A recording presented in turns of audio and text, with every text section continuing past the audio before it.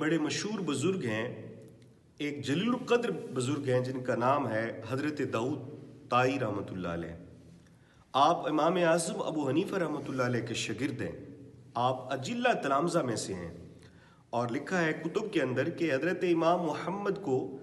جب کسی اجتہادی مسئلے کے اندر مشکل ہوتی نا، اجتہادی مسئلے کے اندر امام محمد جیسے عالم دین کو مشکل ہوتی،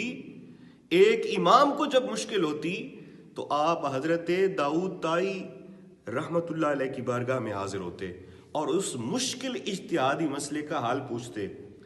آپ ایک دن بیٹھے ہوئے ہیں تو ایک بندہ آ گیا نا جی آپ کی بارگاہ میں، آپ کے پاس آیا تو آپ نے پوچھا ہے شخص کیسے آنا ہوا ہے؟ عرض کرنے لگا حضور میں آپ کی زیارت کے لیے آیا ہوں، آپ کی زیارت کے لیے آیا ہوں۔ آپ نے فرمایا کہ اے شخص، جہاں تک بات ہے میری زیارت کی تمہارے لیے تو درست ہے، لیکن ذرا یہ بتا کہ یہی بات اگر بروز قیامت میدان محشر میں اللہ تعالیٰ نے مجھ سے پوچھ لیا کہ اے داؤد طائی لوگ دور سے تیری زیارت کے لیے آتے تھے، ذرا بتا تو اس وقت کیا سوچا کرتا تھا، تیرا تصور کیا تھا؟ اور پھر آپ نے اپنے نفس کی طرف دھیان فرمایا، مخاطب ہوئے اپنے نفس کی طرف، اور آپ نے فرمایا اے داؤد طائی ذرا سوچ تو صحیح، جب تیری جوانی تھی تو نافرمان تھا، اور جب تو پختہ عمر کو پہنچا ہے تو گناہگار تھا، اور داؤد طائی اب تو بزرگی کے اندر، بڑھاپے کے اندر، ریاکاری کے اندر مبتلا ہو گیا ہے۔ یعنی اللہ کے نیک بندے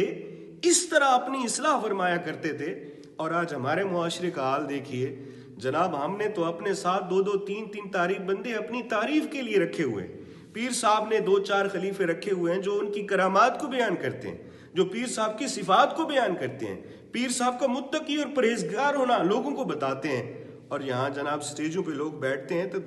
دو چار بندے ایسے ہوتے ہیں جو علامہ صاحب کے ساتھ اس طرح کے الفاظ لگاتے ہیں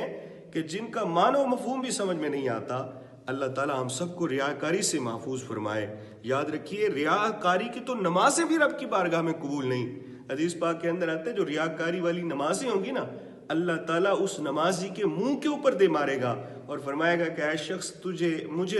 مجھے تیرے ان سجدوں کی لوڑ نہیں ہے، مجھے تیرے ان نمازوں کی لوڑ نہیں ہے، میں تو اخلاص چاہتا تھا کہ تو اخلاص کے ساتھ میری بارگاہ میں کھڑا ہو۔